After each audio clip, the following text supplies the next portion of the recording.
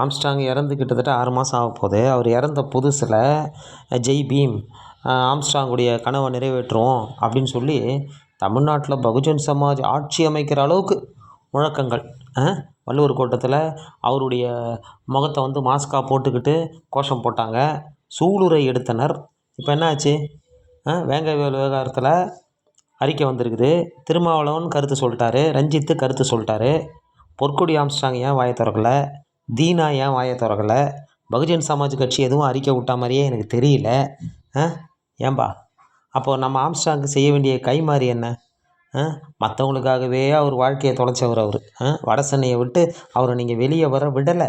நான் ஏற்கனவே சொன்ன மாதிரி கடைசியில் அவர் சார்ந்த வட சென்னையிலேயே 3000 ஓட்டு தான் வாங்குச்சு லோக்சபா தேர்தலில். திருவள்ளூரில் 13,000 ஓட்டு வாங்குச்சு.